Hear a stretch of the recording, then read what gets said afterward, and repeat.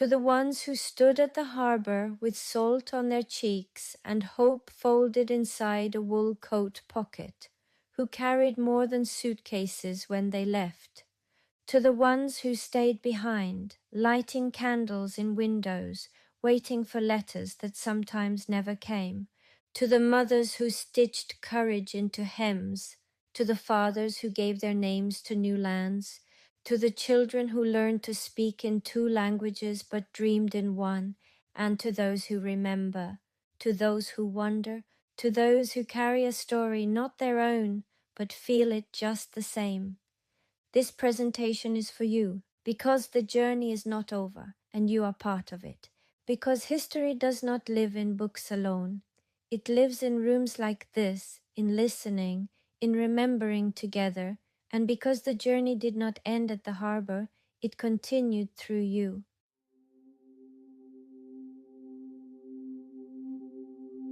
Listen close now, can you hear it? The quiet call inside the store. There's a strength you have forgotten, a steady light to keep you warm. Ooh. Oh, remember who you are now. Let the river find the sea. This is you returning homeward, strong and clear and finally free. Breathe it in.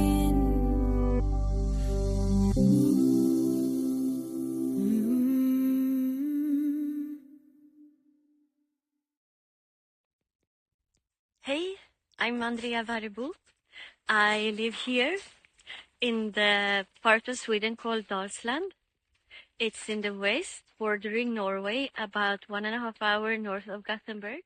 I'm an author, and I write under the pen name Esther Warren. I write historical fiction, and all of my books are taking place here because I love this place, and it's easy to write about what you love. And then I'm also writing immigration books, where it's part facts and part fiction. I used to work as a psychiatric nurse for 20 plus years, but now I'm part-time author and publisher and part-time studying to become an accountant. I've always been very interested in history and in writing stories. And during my career as a nurse, I had the privilege to meet a lot of people and to retell and listen to their stories. I've made you this presentation, and I hope you will enjoy it. It's supposed to be listened in a quiet way, to take the time to just feel how it might have been to be the ones leaving your house and your home and your whole world for another one. My own experience from this is not that I have relatives who emigrated 100 years ago. However, I did myself live in several countries except for Sweden, and that was a really important experience. My boy's father came here from South America, and to live his immigration experience as well was very interesting.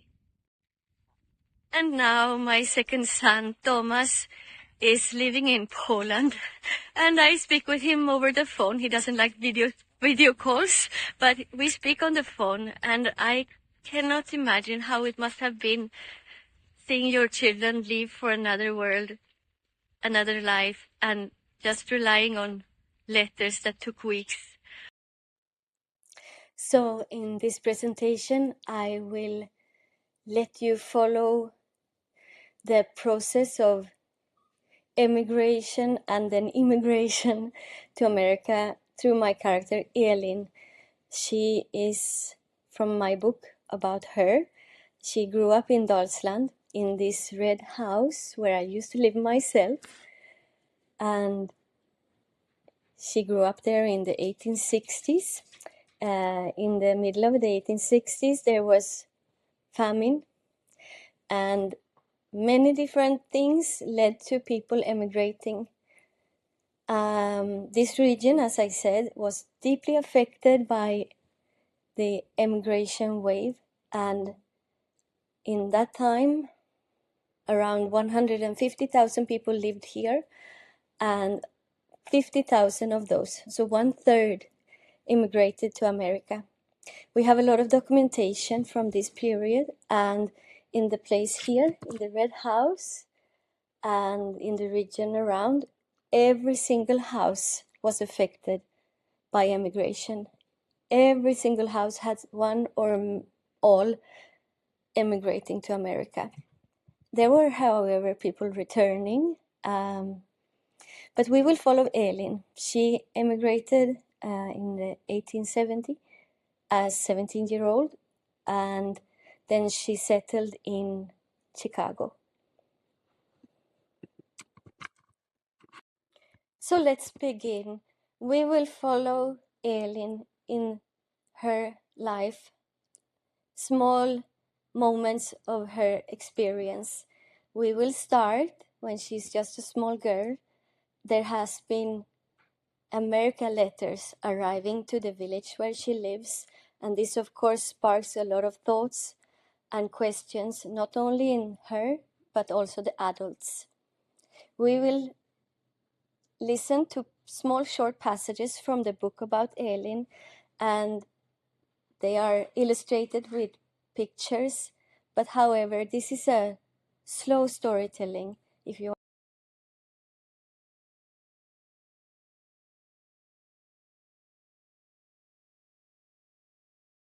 When they had all crawled beneath the covers, and the boy's breathing had slowed into sleep, Ailinn turned toward her mother, who sat nearby, mending a tear in her husband's work shirt with tiny, careful stitches. "More?" she whispered. "Yes, dear." "How long will Far be gone at the meeting?" Her mother paused, the needle halfway through the fabric. "Not too long, just until they've said what needs saying." "What are they talking about?" Moore looked over at her, her face half shadowed in the candlelight. There was something in her eyes, tiredness, maybe, or caution. "There have been letters," she said gently, "from America." "I know," Ailinn said. "They're deciding what comes next. Some may go, some may stay, some may change the way they live. It's not simple." Ailinn thought about that, her fingers curled in the blanket. "Will we change?" Moore smiled, just barely. "We'll do what's right when the time comes," she said softly. "For now, sleep. The morning will come, same as always." She leaned over and pressed a kiss to Elin's temple, then tucked the blanket up around her shoulders. And as the candle guttered low and the baby stirred in the cradle, Elin lay awake for a little while longer, eyes on the ceiling beams, thoughts stretching out toward the dark village road, toward the flickering lanterns of the meeting, toward a country she'd never seen, toward change. But Ellen couldn't sleep. She lay still beneath the blanket, her brothers warm and heavy beside her, their breath slow and even. From across the room came the creak of Moore settling into bed, the rustle of cloth, the final hush of the house slipping into silence. But her thoughts wouldn't quiet. What if they did go to America? She couldn't even imagine it, couldn't picture what it looked like across the sea. She had seen maps in school and heard the stories, but it all felt too far away, too strange, like something from a book rather than a real place you could walk and breathe and live in. And besides, they didn't have money, that much she knew. Not the kind of money it took to travel that far, to ride boats and trains and begin a life all over again. Still, people went. Every year more of them left. Cousins, neighbors, the farmhand's brother from the village, sometimes whole families. She shifted slightly, her hand under her cheek. Dark bread and frozen ground. The wind whispers a hungry sound.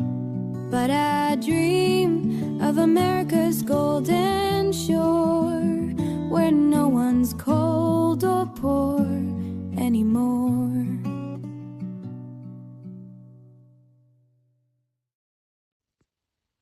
So many left because they heard of these letters coming from America, telling stories about a new world, a new life, and opportunities they would never have here. One of Elin's friends from school is leaving for America. It was common to auction out as much as possible because the trip was expensive.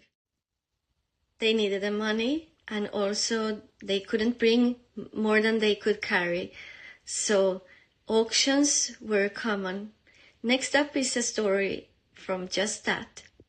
The whole village had come out for the auction. It was held in the open yard between the two farms at the edge of the meadow, where the road turned toward the lake. 2 households were leaving for America. That meant everything had to go.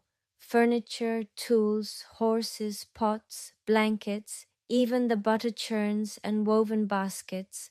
A man from the town was calling out bids, his voice hoarse from hours of shouting. Children ran between the boots of the grown-ups, and the smell of earth and damp wool hung thick in the air. Elin stood at the edge of the crowd, shifting her weight from foot to foot. Her hands were cold inside her sleeves. She was watching not the auctioneer, but the girl standing near the fence, thin and pale, eyes rimmed red, Gertrude. They were the same age, both 12, and sat side by side in the little schoolhouse 3 days a week. They had practiced their writing together, shared apples, whispered behind their spelling books. This was their last year before they would go out to work, either as maids in someone's home or back on their own farms, sewing, baking, weaving things to sell.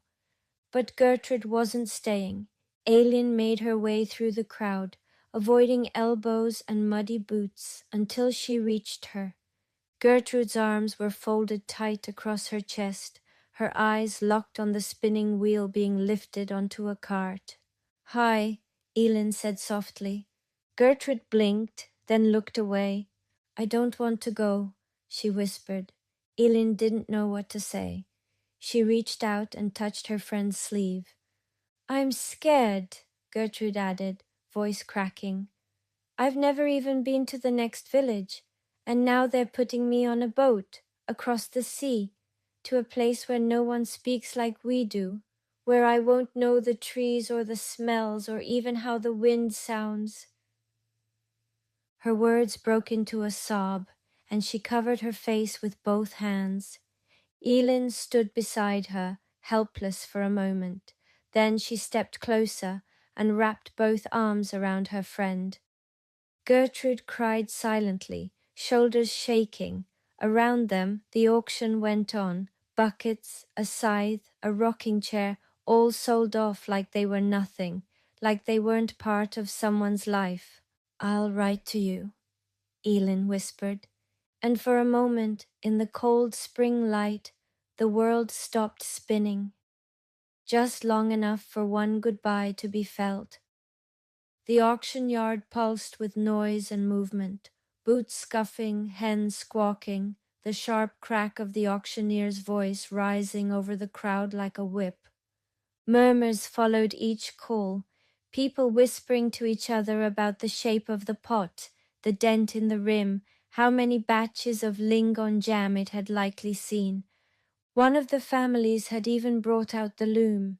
It leaned against the barn wall like a sleeping giant, dark wood gleaming in the morning light.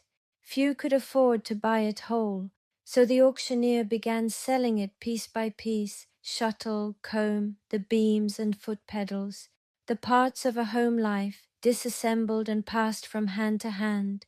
People pressed closer when the cow was led out, a thick-coated creature with a slow blink and a rope halter. Her breath steamed in the air. Children pointed. A man in a black coat won her after a flurry of fast bidding. Elin saw Gertrude turn away.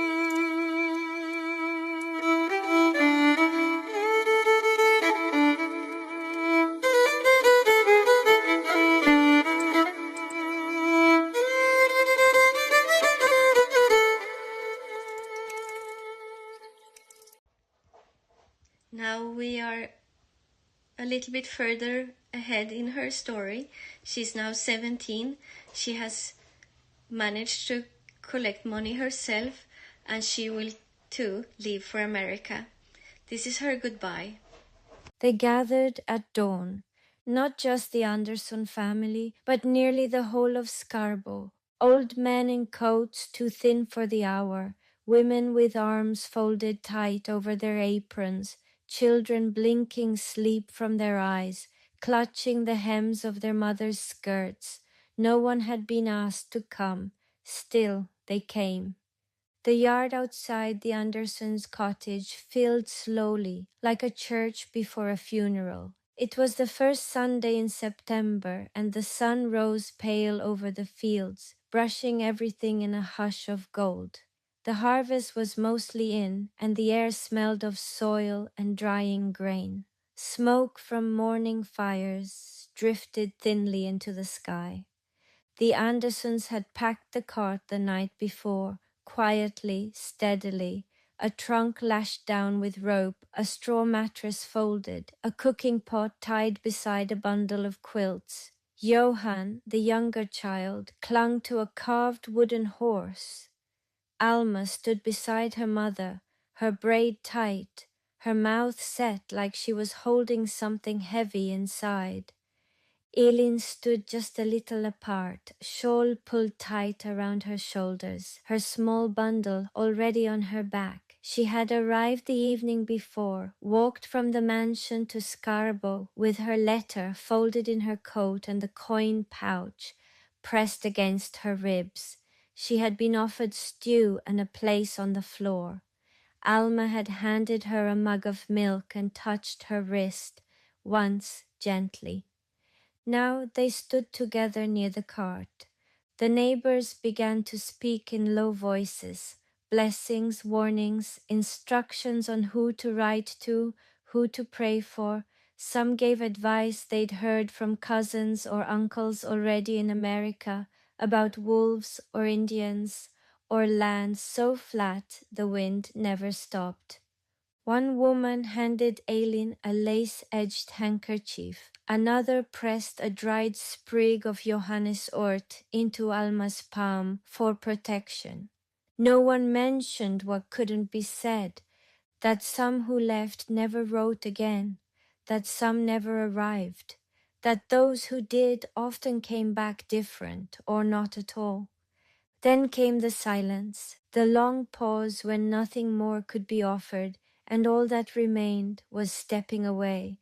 The Anderson father, tall, serious, soft-eyed, took Johan's hand. His wife checked the rope on the trunk one last time. Elin met her mother's gaze only once across the sea of faces. It was enough. Her father wasn't there. She had said her goodbye already. Someone cleared their throat. The cart shifted, and then they began to walk.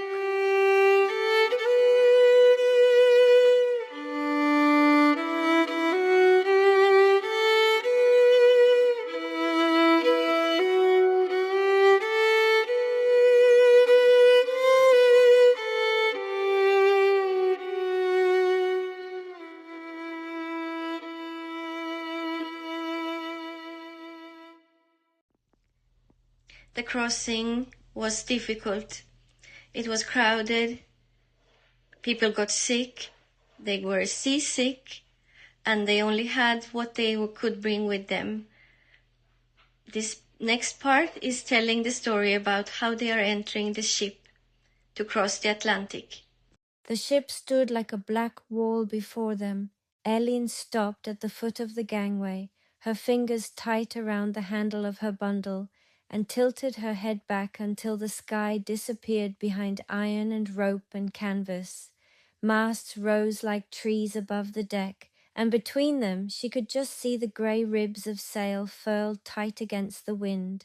There was a funnel too, short and wide, breathing out soft trails of smoke.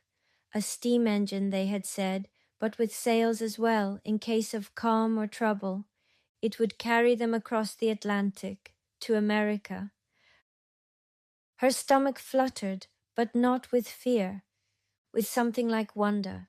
She could smell the ship before she stepped on it, pitch and sea water, coal, old salt-stained ropes, and iron heated by sun and weather. The boards creaked under her shoes, blackened from years of feet, smooth in places, splintered in others.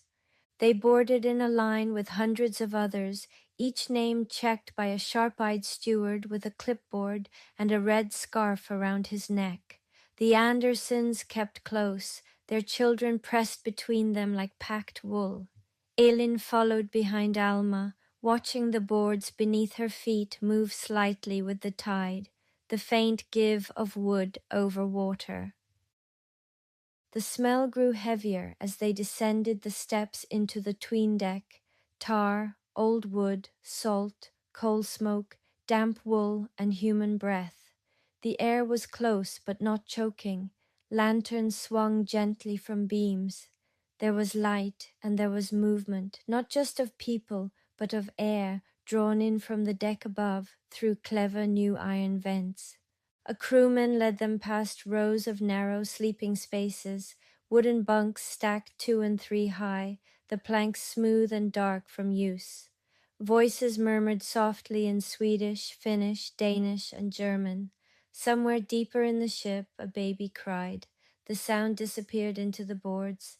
Eileen was assigned to the women's side, separated from the men by a thick canvas curtain and a row of crates that smelled faintly of onions and soap. She tucked her bundle into the bunk, thin wood beneath her fingers, then ran her hand over the plank she would sleep on. No mattress unless you brought one, just boards and a blanket.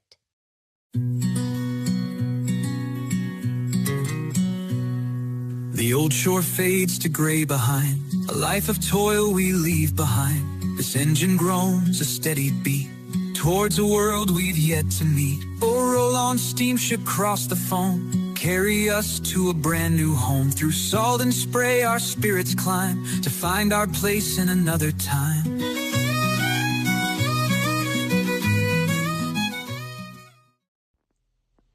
And then finally they arrived to America.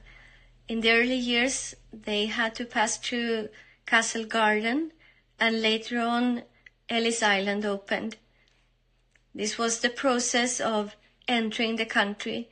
They had to prove that they could support themselves, that they were not sick, and that they were overall fit to come and seek the new life. The city rose around them on every side. Horses clattered past, wagons loaded with barrels and sacks. Men in tall hats shouted, pointing, laughing, arguing in a dozen tongues. A boy ran by waving newspapers. A woman sold apples from a cart. There were signs in English everywhere, and Eileen couldn't read a single one. But they kept walking, following the crowd, and then Castle Garden. A great round building of pale stone, its walls scarred by wind and sea. Inside it was loud, hot, full of voices layered over voices, a constant churn of sound that never settled. Feet shuffled over the tiled floor. Babies cried. Someone sneezed behind her. Someone else was singing a hymn under their breath. Eileen held tighter to Alma's sleeve. There were long tables, worn smooth by thousands of hands before theirs. Clerks with ink-stained fingers hunched over thick ledgers, muttering as they dipped their pens again and again into inkwells. Uniformed men with stiff collars and heavy boots moved briskly through the lines. mustaches bristling, eyes sharp. One barked instructions in a quick, crackling English that snapped like rope in wind. No one answered. Everyone listened. Sawdust crunched underfoot, scattered thick across the tiled floor to soak up the dirt and sweat and nervousness. It clung to their shoes. The air was thick of wood polish, ink, human breath, a trace of coal smoke from the harbor clinging to everyone's coats. It smelled like order and waiting, and they waited and waited. Time moved oddly there, too slow, too fast. The line surged, stalled, surged again. Somewhere behind them, a baby wailed. Somewhere ahead, a woman fainted and was caught before she hit the floor. A low murmur rose and fell, dozens of dialects blending into something wordless.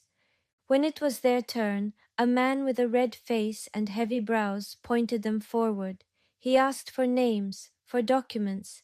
His voice was clipped, his accent curling oddly around their Swedish syllables, reshaping them. Elin handed him the letter from the shipping agent, hands damp, chest tight.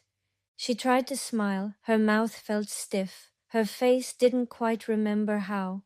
The man glanced at the paper, then at her. A pause, then a nod. He stamped the document with a heavy, final sound that seemed to echo through her bones.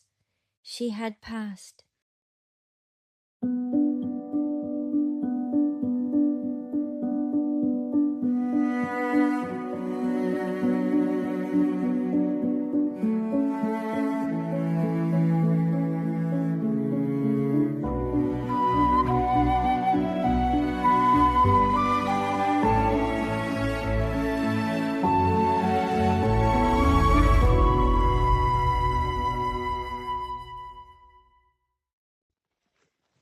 It's time to say goodbye, and I will do that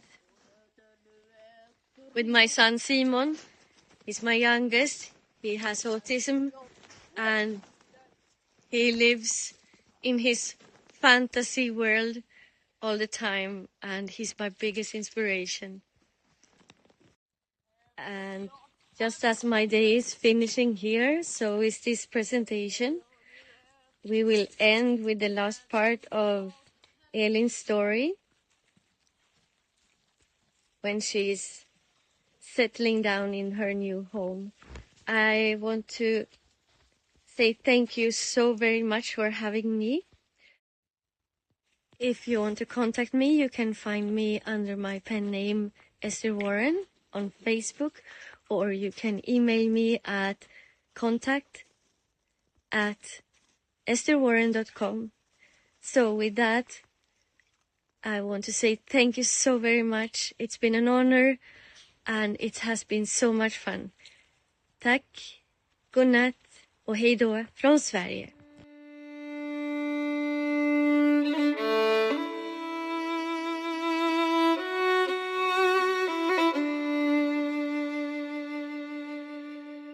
Elin wrapped a shawl around her shoulders. The fabric still smelled of smoke and lavender. With Grace nestled in the crook of her arm, she stepped outside.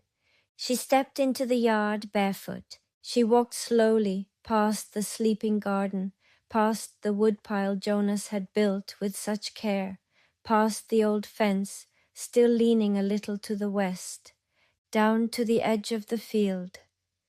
There, where the land met the trees and the snow had all but vanished, she stopped and stood. The breeze moved softly through her hair. Grace stirred against her, a little huff of breath, a twitch of her cheek. Elin shifted her gently, kissed the downy crown of her head, and looked up. The sky above her was vast and pale, wide as the sea had once been. But it did not frighten her now. It didn't feel like distance. It felt like welcome. She had crossed the sea, yes, but here, in this sky, in this field, in the warmth of her daughter against her chest, she found something larger than the sea. She found belonging. She had crossed the ocean. She had left the hunger, the aching, the weight of waiting. She had left behind the silence that comes from not being seen. She had left the winter of herself, and now, at last, she was home.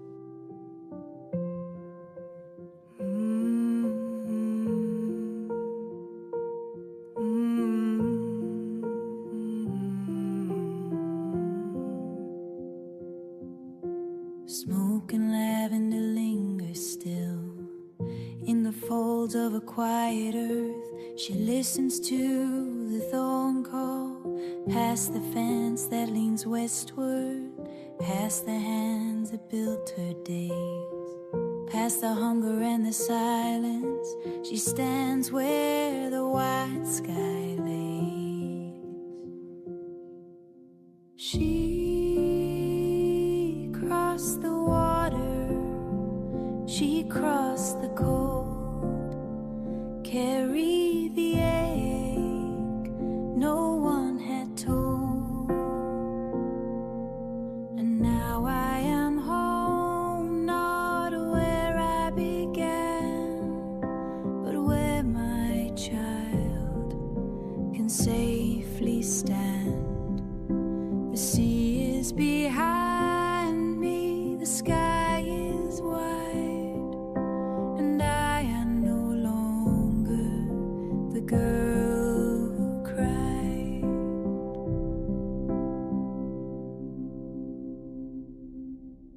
She crossed the ocean, she crossed her fear, left the silence that kept us small and near. And now I am home, in a sky open wide, in the warmth of my child, sleeping softly at my side. The ocean behind me, the field now is mine. I carried across the water and found my home.